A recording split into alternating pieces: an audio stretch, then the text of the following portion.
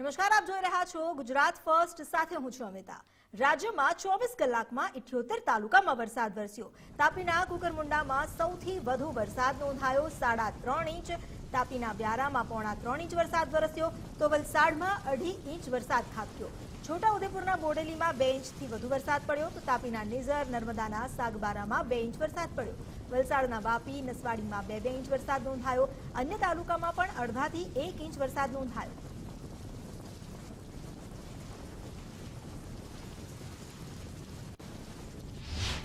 દક્ષિણ ગુજરાતમાં જ્યાં ઠેર ઠેર વરસાદ પડ્યો છે, લગભગ 78 તાલુકા જેમાં વરસાદ નોંધાયો, જેમાં સૌથી વધુ વરસાદ પડ્યો કુકરમુંડામાં। તાપીના કુકરમુંડામાં જ્યાં 3 ઇંચથી પણ વધુ વરસાદ નોંધાયો છે અને ત્યારબાદ દક્ષિણ ગુજરાતના જ અલગ અલગ વિસ્તારમાં જ્યાં વરસાદ વરસ્યો છે। કુકરમુંડા બાદ વાત કરવામાં આવે તો તાપીના વ્યારામાં પણ 3.5 ઇંચ વરસાદ પડ્યો। વલસાડમાં 2.5 ઇંચ વરસાદ નોંધાયો છે। આ ઉપરાંત છોટાઉદેપુરના બોડેલીમાં 2 ઇંચથી વધુ વરસાદ પડ્યો। તાપીના નિઝર અને નર્મદાના સાગબારામાં પણ 2 ઇંચ વરસાદ નોંધાયો।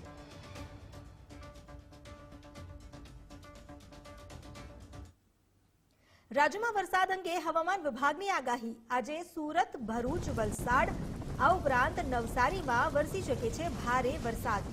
નર્મદા, છોટાઉદેપુર અને ભાવનગરમાં પણ અતિ ભારે વરસાદની આગાહી કરવામાં આવી છે। તો આવતીકાલથી રાજ્યભરમાં વરસાદની ગતિ વધશે। પવનની દિશા અને વરસાદી સિસ્ટમથી ચોમાસું આગળ વધી રહ્યું છે।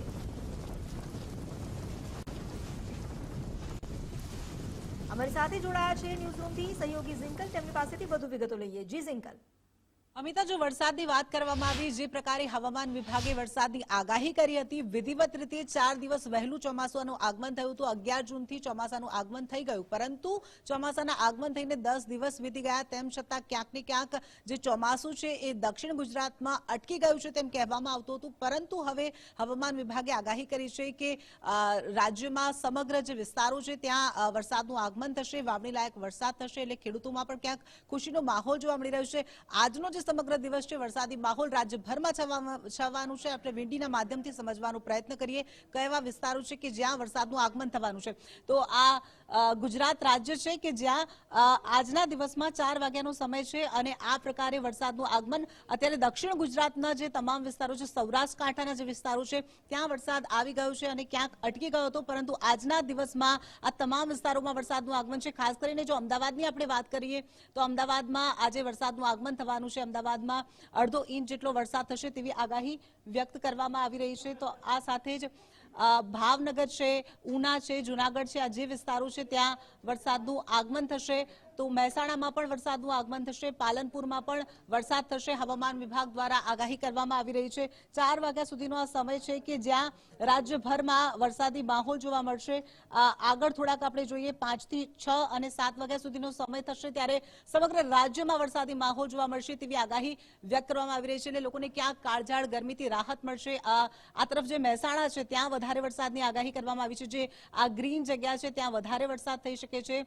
તો પાલનપુરમાં પણ વરસાદ થશે, ગાંધીધામ આ તરફ નલિયા ત્યાં પણ વરસાદી માહોલ જોવા મળશે। તો જૂનાગઢમાં પણ વરસાદ થશે, થાનમાં પણ વરસાદ નોંધાઈ શકે છે, અહીંયા પણ ભારે વરસાદ થઈ શકે છે તેવી આગાહી વ્યક્ત કરવામાં આવી રહી છે। તો ભાવનગર, વડોદરા તમામ વિસ્તારોમાં વરસાદી માહોલ જોવા મળશે। આ તરફ દાહોદની જો વાત કરીએ, દાહોદમાં પણ ભારે વરસાદની આગાહી વ્યક્ત કરવામાં આવી રહી છે। એટલે કહી શકીએ કે આજનો જે દિવસ છે વરસાદી માહોલ છવાવાનો છે, રાજ્યભરમાં વરસાદી માહોલ જોવા મળશે। આજના દિવસમાં સમગ્ર જે ગુજરાત રાજ્ય છે ત્યાં વરસાદી માહોલ છે અને ન માત્ર આજે, આવતીકાલે પણ આ જ પ્રકારે વરસાદની આગાહી વ્યક્ત કરવામાં આવી રહી છે। એટલે આપણે કહી શકીએ કે લોકોને કાળઝાળ ગરમીથી રાહત મળશે અને ખેડૂતોમાં પણ ખુશીનો માહોલ જોવા મળી રહ્યો છે, કારણ કે જે વરસાદનું આગમન થયું હતું એ અહીંયા ક્યાંક સૌરાષ્ટ્ર અને દક્ષિણ ગુજરાતમાં અટકી ગયું હતું, પરંતુ હવે આજે જે ભારે પવનો છે અને જે વરસાદી સિસ્ટમ સક્રિય થઈ છે તેને લઈ અને જે ચોમાસું છે તે ધીરે ધીરે આગળ વધી રહ્યું છે અને આજના દિવસમાં સમગ્ર ગુજરાત રાજ્યમાં આ ચોમાસું ફરી વળશે તેવી શક્યતા હવામાન વિભાગ દ્વારા વ્યક્ત કરવામાં આવી રહી છે